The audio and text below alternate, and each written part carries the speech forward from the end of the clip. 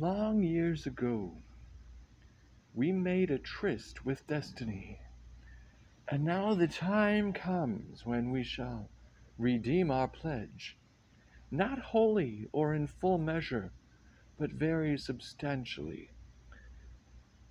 A moment comes, which comes but rarely in history, when we step out from the old to the new, when an age ends, and when the soul of a nation long oppressed finds utterance. At the stroke of the midnight hour, when the world sleeps, India will wake to life and freedom. Jawaharlal Pandit Nehru, 14th of August, 1947. Oh, bloody hell. Kira, for Christ's sake, Kira, where the bloody hell you hiding? Sir? Where the hell you been? Oh, come on, look what I found. Right. See this stuff? It's going out. You, me, get this stuff out, right? Well, come on. Let's get weaving. Get these sheets off. See what we got. Hey, you, don't just drop them anywhere. Fold them up. Fold, yeah? Savvy? Well, gotta move on then. Jesus Christ. Your people having a good time then, eh? I said, your people having a good time? Oh, yes, having a wizard time. Independence. Oh, I wondered what it was. All right, get on. Now, what's this here? Tiger, stuffed. I just about worked that out for myself. They shoot them, then they stuff them. Sir, it's all right, Sergeant. Oh, Lord, is this some more? Yes, sir. Ah, what have we here? It's Tiger, sir. Yes? I found this trunk, sir. I don't know what. Do we know whose it is? No, sir. Reckon it's been here a long time. Don't think anyone's been here for years. Well, let's take a shifty. Is it open? I'll try it, sir. You can be getting this stuff down to the lorries. Is taking the stuff out as well. Can't jettison the fancy dress, can we? I'm sorry about him, sir. He's no matter, Sergeant. After all, it's their day. No doubt all his chums are whooping it up in Jolinder. Yes, sir. Now, what else? Ah! I'll bet this hasn't seen service for a year or two. It's certainly not us. Indian Army, I'd say. Good Lord, it's Scotch. That's a turn up for the books. Wonder how long that's been there. Don't know, sir. Well, it doesn't go off, does it? Where's the boy? Kira. Sir, let's have you sharpish. So sorry, sir. I am taking.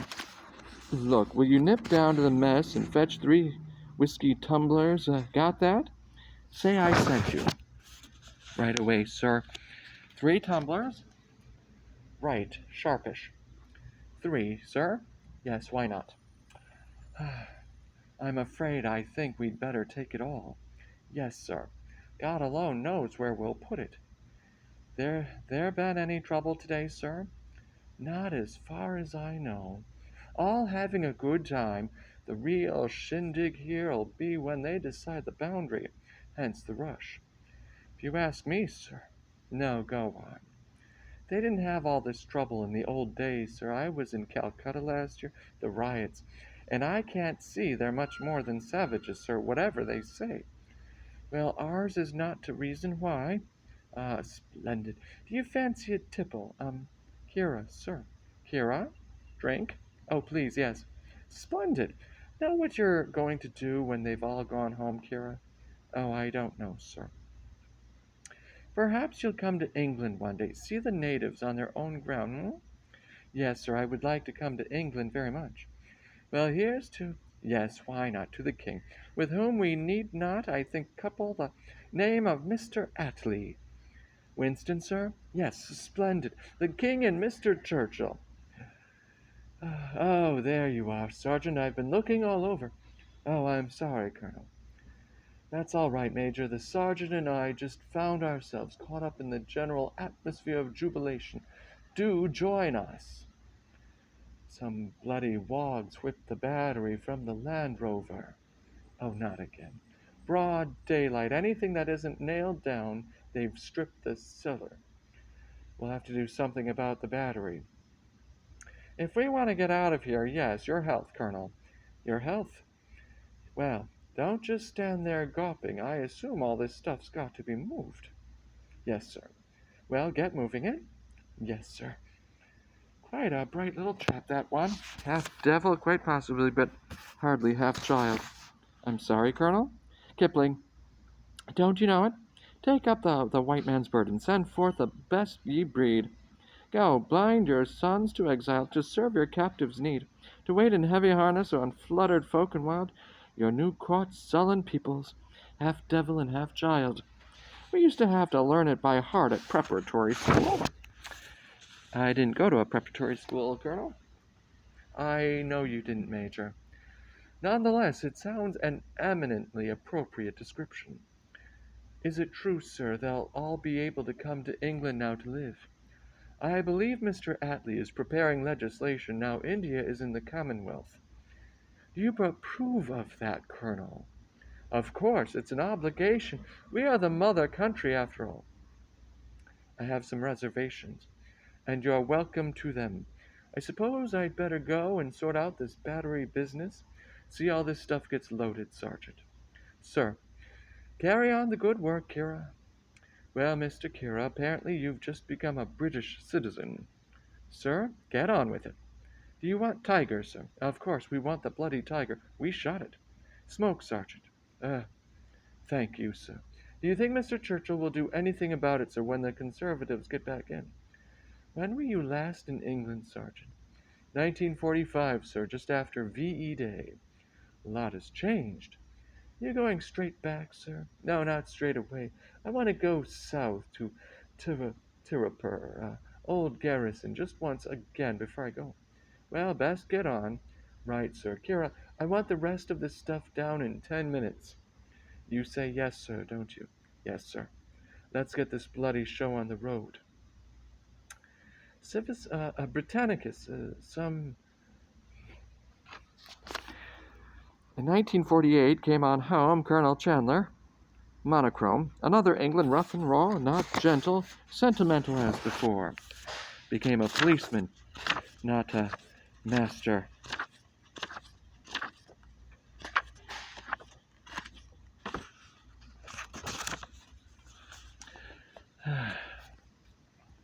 Not to master, but to serve. To keep a careful finger on the grassroots Tory nerve like any born to riches, not to plunder, but to give, always a little liberal, a great conservative. But as his seat grows marginal, his powers less secure. His responsive elder statements sound increasingly unsure. Colonel Chandler past his prime, dignified, worthy, out of time. Colonel Chandler, oyster-eyed. One fine summer morning, died. Extension 237, please. Hello, Maggie. Look, I'm at Tadley, 3721, Taddley. Well, it's somewhere near West Bromwich. Anyway, I'll be here 20 minutes, gone an hour, back till about 5:30. No, it really is a funeral. My uncle. Hardly. He was very old. Now, look, Maggie, can you get me running yields and all the Inter-Americans first thing? That's right, and get Bill to check me futures on the Chicago soft sometime before lunch. No, that's all. And you, sweetheart. Business goes on, Peter? I'm afraid the market is no respecter of grief. Coffee? Thanks very much. We were all right. Sorry to see him go. Yeah, I think actually you constituency people know him rather better than I did. Could be. Milk and sugar? Just milk. I imagine it was a much safer seat in the old days. Oh, our rural indeed. No, of course, with the new estates, it's very dodgy. Did you ever think of retiring?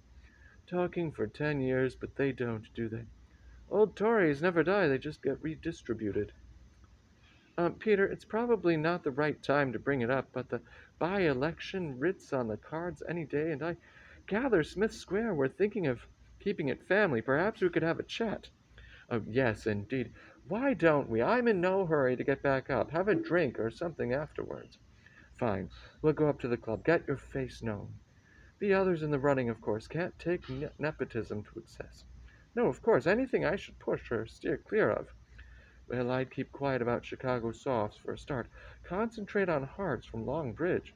Otherwise, bear in mind we're in Enoch country and you'll be all right. Enoch country? The ground fairly thick with our Commonwealth cousins. Well, yes, on that one I should make it clear. I shouldn't. Shouldn't what? Make it clear, 'cause all they'll say is you don't have to live with them. Well, yes, but... Hello, Peter. Auntie. I'm so glad you could come. Sarah. Coffee, Sarah? Yes, I'd love some, please. Oh, Peter, I'm sorry. Do you know Frank Kershaw? Yes, of course I know Frank. Central Office very sweetly sent him up to represent the party. That's not quite true, Peter. Dozens of them wanted to come, but your aunt insisted that she wanted it kept as small as possible. Thank you, Frank. Do you know that if they've arrived? Oh, I'm sorry, Frank. This is Jim Platt, foreman, isn't it? Works manager. Sorry, works manager at Baron Castings local foundry, and more importantly, constituency chairman. Jim, this is Frank Kershaw, whose many commercial concerns are too numerous to mention. Oh, yes, we all know Mr. Kershaw. I didn't know my fame had spread so far. There, you see, Frank, because actually we're one of his numerous concerns. Small world. What did you say, you're Baron Castings? Oh, yes, of course. You're doing rather well, aren't you? Well, that's not quite correct, Mr. Kershaw. It'd be a bit more accurate to say we're doing rather badly. No one's doing well, after all. We see the trade figs, Peter. I did. Of course, a lot of it's still oil. That doesn't mean we don't have to pay it. Roll on the North Sea, say I. As soon as Mr. Wedgwood Ben rolls off it. Ah, for the days of empire, Peter? Send in the gunboat, sort the Saundies out that way. The sun will never set, Jim? Last for 1,000 years? There was something to be said for it. Oh, I'm sorry, I didn't mean... It's all right, Peter, of course. I know it's changed. The nation, and indeed the party. Once we stood for patriotism, empire. Now it's all sharp young men with colored shirts and cockney accents, reading The Economist. We stand or fall, how capable we are. Perhaps, however, not inspiring quite. I think I heard the car. You should hear Peter, Frank. He's really very witty, especially when they talk about the Dunkirk spirit. Says we must be the only nation in the world that's inspired by battles it lost. I'm sorry. Are you going to stand? Stand? For the candidacy. I had thought of it, but it's entirely up to you. I'd be delighted. Really? Really? They're ready, Sarah. Off we go, then. Look, Peter, if you'd rather not bother today, after the funeral and that, no, it's fine. Another day if you prefer. No, it's fine. Bob! Hey, Bob! Paul. Bob, I think we done it. How do you work that out? Well, get a load of this. That pint's yours. Hey, have you met Sandy? No, how do you do? Hello. Paul's in charge of getting me the nomination, darling. He thinks I'm a bit fuzzy on Clause 4, but he's backing me because of the opposition. Here's what the Express calls an unrepresentative militant minority. He started reading Tribune at the age of 2. He hates Roy Jenkins just a little more than Adolf Hitler, and Reg Prentice gets apoplexy at his very name. But what he doesn't know about the Labor Party rule book isn't there. That's right? That's right.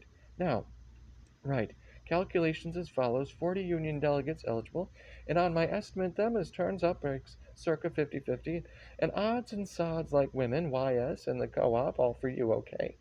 Fine. Yours, Bob. Excuse, that looks very impressive. It's just a matter, know the rules, and then exploit them? Use. Okay. Right, so the keys, the wards, that's over half the delegates. Now right-wing wards, the ones you lost already, marked in pink. That's Greenside and Fenley Heath. The Reds you got no bother. Grimley and Brofton Park, the floaters. Stourford and West Thawston. See? I see. You think the other fellow, what's his name? John Smalley? Not a chance. Not even as an ex-MP, especially as an ex-MP. Now, as it happens, neither of the floaters got their full quota of ward delegates for the General Management Committee. In Thawston, nothing like.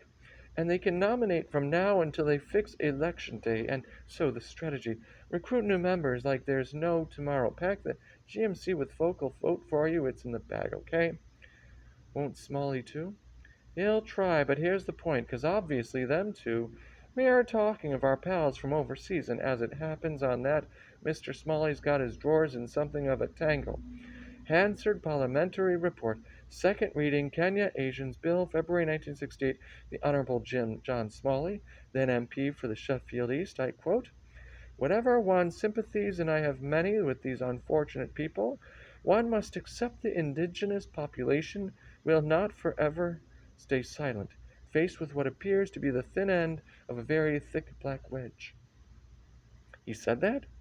There in black and, well, that's great. We do it as a leaflet, bung it out round. We got him by the plums, Bob, like a gerbil in a bucket. So what about the Tory? Eh? You got Bob and candidated, or whatever. What about the Tory?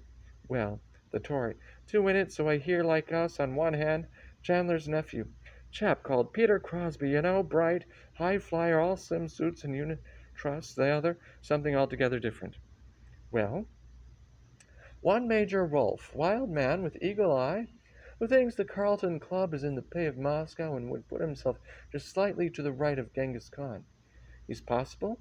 Who knows? With that lot, doesn't matter any road? Whatever, come the day. It's hello, Robert Clifton, honorable member. I give you, comrades, the collapse of capital. In 47, come on home, Major Rolfe, a face of stone, another England, seedy, drab, look down the dreams of glories she once had. The Major looks at England and bemoans her tragic fate, condemns the mindless comforts of a flaccid sponger's state, despairs of trendy idiocies repeated as a rote, while the knot of old retiredness is still tight round England's throat. Sees leaders fat with falsehood as they lick up every lie. The people's blood grown sickly with their driving will to die. Major Rolfe sees the light, calls for a counter from the right. Major Rolfe, starboard seer, loses for they will not hear. Lewis? Frank, how are you? Fine, and you? I'm fine. How's the boy? Alan? He's fine too, just got promotion. Captain. Splendid. Sails for Belfast on the midnight tide. That's fine. Arrives in time to see the dawn rising over Ballymurphy. Breathtaking. Indeed. And business? Brisk. And yours? I didn't get the candidacy, Frank. What? Do you remember? I was going for the Tory nomination, Tadley. Oh, yes. Didn't have a chance, of course. Oh, surely I thought by now you're due for up against the perfect opposition. Well, go on. Oh, Frank, he looked just right. Knew all the right words too, concerned, humane, constructive, moderate, with just the right tone, right note of apology in his voice, when he had to admit to being a conservative as well. Bitter. Perhaps his hatred of privilege, you see, doesn't stop him showing off his stripy tie. In fact, I know him, Peter Crosby, nephew of a friend of mine. So then you'll understand. What's it matter anyway, the state the party's in? What state is that? What myths might they be, Lewis? Oh, the full employment myth, the ever-rising wages myth, the higher public spending myth, the whole social democratic demonology of workers good and bosses bad, all those myths. Now, surely, Lewis, all that's changed. I read my daily telegram. Oh, yes, we'll say the party's changed at last. Well, we've understood. We have the right approach, and yes, of course. At Perry Conference, our new and true blue leaders to a person bang the drum and flap the flag. It's just, you see, we learn from history, in practice. Come the crunch, the flag they wave omits the red and blue. What's the alternative? That is the question. Okay, Lewis, I've got the message. Brimstone and hellfire, so how must we be saved? There's a group of us have lunch from time to time. That's nice. To talk about what happens after. What happens after lunch? What happens when the river breaks its banks? The cold class war hots up. Oh, Lewis, surely not. Now what? Not Suffolk military geriatrics drilling private armies on their croquet lawns. Of course not. There's no need for private armies. Well, exactly. When already we've a public one. One of our little group is Allen's brigadier. You're seriously suggesting army into government? In England? All right, what happens? Wage control collapses, unemployed take over factories, council tenants massively refuse to pay their rents, and name or not another general strike, the pound falls to the floor, the English pound, the English rivers burst, it's English banks. So what do? You either let the deluge, or you build a dam against it, hmm? We've got to think about it, Frank. Wasn't it R.A. Butler said politics the art of what is possible? No, it wasn't. Oh, I'm sure it. Butler borrowed it from Bismarck. Why talk to me? I'm testing water. Only mine? No, any manager director of a major British company whose shares were £2 50 18 months ago, and at the close on Friday just topped 64. No, Lewis. No, why not? Can't see it in those terms. Won't see it. Still have some faith in people's reason. Reason? Your shop stewards, reasonable men? In people's loyalty? To what? The national interest. Whose? Whose loyalty? The miners? Students? Irish blacks? Lewis, there's no need. And whose interest, hmm? You talk of our national interest and they listen. Come on, Frank. They know which side they're on, and so should we. The dogmas of class war. Yes, yes. And why? Tell me. Because if we turn craven, we collaborate. We are betraying people who, if they're not on our side, are left in no man's land, ripe for defection. The NCOs, the lower middle class. Yes, well, who on all counts have been betrayed. Their property no longer secure, their social status now irrelevant, and in the place of what's important to them, national destiny and hope, we've given them. You see, Frank, it's not true that we've lost an empire, haven't found a role. We have a role. As Europe's whipping boy, the one who's far worse off than you are. Kind of. Awful warning system of the West. And to play that role, we must become more shoddy, threadbare, second rate, not even charming, quite unlovable. And for those, the people that I come from, that despair is a betrayal. And if we go, we've lost. And go they will unless they feel defended. So for them, we must arm the national interest, fortify it, build a dam for them. Let us commemorate and commend to the loving memory of our Heavenly Father, the Shepherd of souls, the Giver of life everlasting, those who have died in war for our country and its cause. They will grow not old, as we that are left grow old. Age shall not weary them, not the years condemn. At the going down of the sun and in the morning, we will remember them. We will remember them. The legion of the living salutes the legion of the dead. We will not break faith with ye. Maybe. In 47, came on home. Sergeant Turner to a Midlands town. Another England, brash and bold. New world, brave and bright and cold. The sergeant looks at England and it's changed before his eyes. Old virtues shift, thrift and prudence, increasingly despised. Old values are devalued as the currency inflates. Old certainties are scoffed at by the new sophisticates. And big capital and labor wield an even bigger clout. And it's him that's in the middle, and it's him that's losing out. Sergeant Turner, NCO, where's he going? Doesn't know. Turner's Antiques, employee Tony Perrins, like the work and learn a trade, investment for the future. Turner's Antiques, employee Paul McShane, dislike the work but out of school, job market bleak, just take what you can get. Selling old things, beautiful things, heavy with craft. Years ago, June 1970, election results, labor lost, pollsters confounded, gaffers pleased. Years ago, June 1970, election results, Tories won, lame ducks and rising unemployment, Selsdon men, a black day. An end to 6 years of socialist misrule. At last, the little man will get his chance against the big battalions. Morning flower, do you see? See the boss? Someone to see you, Mr. Turner. Good morning, Mr. Turner. Montague Goodman, new neighbor. Thought it time we had a chat. Just call me Monty. Neighbor. That's correct. We are developing next door. Look of surprise, the gaffer's face. Horror, more like. Developing next door to what? A shop. I hadn't heard.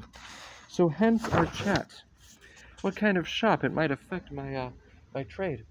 It will, old love. Antiques. What do you mean, antiques? Selling old things, beautiful things, heavy with nostalgia. Who are you?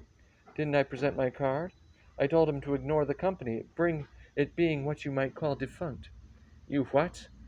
Quite elegant, the system, as it happens. By a name, in our case, several. Firms you've stopped trading but still have listed boards and all that stuff. And in that name, you go on to an estate agent, in our case, several, and buy a series of adjacent properties. Separately, of course, complete the deals, wind up the firm. I don't get what you mean. So told him. Ideal was to conceal a whole row being brought by one developer, and naturally that developer's identity. But nothing he could do, and liked his face, so told him. That you, Dennis Turner, are now a tenant of the Metropolitan Investment Trust. You what? They've sold the building, love. Who has? Your landlord. But though, truth be told, he put up quite a fight. In fact, eventually we had to ring the council, do a bit of bartering. Luckily, we found they were but bursting to erect a pakarama down the road, needing to demolish a pair of properties at that time in our gift. So we said, look, old chums, you don't want all the fuss of buying us out. Why not slap a CPO on number 27, grounds of rot, and we can call it quits. Well, then, of course, we told his landlord purchase order on its way. You couldn't see his signature for dust. Wouldn't even have matched our offer, see? What's happening to my shop? I told him plan was for a precinct geared towards the younger end. Boutiques, hairstylists, soda fountains, drive-in legal aid facilities, antique emporia, self-service massage parlors, all that kind of thing. And this particular retailing zone is penciled in as a Zen macrobiotic luncheon takeaway, old love. You're joking. I've got a 12-year lease. Now there you are correct. Unfortunately, the law, in that majestic way it has, does give a little leeway. Quote, the rent is subject to a periodical review. Sunbeam, you have just been periodically reviewed. Direction up. You can't do that. Now there you're incorrect. I'll pay it. I'll refuse to go. Oh, Petal, please. Why wouldn't I? I hate this bit. Tulip, I don't know if you've noticed, but among the merry navies laboring next door are several of our Caribbean cousins. Simple, cheery folk, all charmers to a man, but tending to the slapdash. Natural exuberance, you see? The kind of natural exuberance that pushes bits of scaffolding through windows, picking off the Georgian porcelain. You bastard. No, not bastard. Selsdon man. But why destroy my livelihood? Because, my love, destroying you will make someone somewhere some money. All it is, cupidity. What you got, but just not enough. Because we make our money out of money. We covert, we covet on a global scale. We got cupidity beyond your wildest dreams of an avarice. And you, the little man, the honest trader, know your basic handicap. You're suffering a gross deficiency of greed. You've got 3 weeks, old love. We came in. We saw the gaffer, shattered. Lunch, you two. It wasn't 12:30. We told him so. I said it's lunch. We went. So where do I go now? Thanks very much, David. Well, looking good, Richard. We think so. Whole world over, Detroit to Grosvenor Square, particularly here, the sellout blatant. Deeper rot, unthinkable ideas beginning to be thought. What an opportunity. Indeed. I would be so confident, Richard, but for one factor, which is you, the revolutionary movement, the essential vanguard. Where are you, Richard? Edward, you know. No, Richard, no. I'll tell you where you're at. You're stuck in 1930. You're still fighting old battles, tearing yourselves apart with petty sectarian squabbles that you should have settled years ago. Edward, the reason why. Yes? I think everyone's here now. They're in the bar and they're wondering. Oh, yes, of course. Tell them to come up. The will is there, it's money. When the movement in Britain demonstrates that it is seriously committed to unity, then money follows. Simple. We're having talks. On unity? That's right. Then see that they're concluded. Yes, of course. Richard, it's 1968. Student riots, workers striking, chaos and decay in 10 years' time. Where could you be? I tell you. Out of the cellars, Richard. Out of the basements and into the sun. Come in. You going? I want an empty ritual. I go to church. So, au revoir. Goodbye. Who was that? Edward Drumont, Canadian. The man with all the money. And? Let's get the formalities over with. Comrades, if I could have your attention, comrades, it's my pleasure to ask Dick Cleaver, on behalf of the movement, on this very special day, the 20th of April, 1968, to propose the toast to fealty. Thank you, comrades. I'm not going to make a long speech. That'll be the day. Though I do believe that a good speech should be like a woman's skirt, short enough to arouse interest, but long enough to cover the subject. Anyway, all I really want to say is how good it is to see a group of people like this, particularly the young ones. In this day and age, you probably saw in Grosvenor Square last month, a lot of today's students are attracted to communism as an alternative to the evils of the capitalist system. And they're right, it is an alternative. Under capitalism, man is exploited by man. Under communism, it's precisely the other way round. But we know that, don't we? Anyway, that's because you told it last year. And there's more where that came from. No, just the one, I promise. There's these two Jewish businessmen on a train, and they're discussing ethics, and one says, I tell you a story that illustrates perfectly the problem of ethics already. Here am I in this shop I run with my partner Jaime, and this man comes in for a suit, and I give it him, and I say that it is £10, and he gives me the money. But when he has gone, I find he has given me, by mistake, £20 already. So here, as I say, I have the ultimate ethical problem. Do I, or do I not, tell my partner? But I don't have to tell anyone here about that kind of ethic, or the degeneracy of youth today, or how our beloved country is being deliberately destroyed. I needn't tell you that. You've got your noses. You can smell the stink. Well, that's my lot. So without further ado, can I ask you to raise your glasses and join with me in toasting the memory of the man whose birthday we have come together to celebrate, David, the Furrer. The Furrer.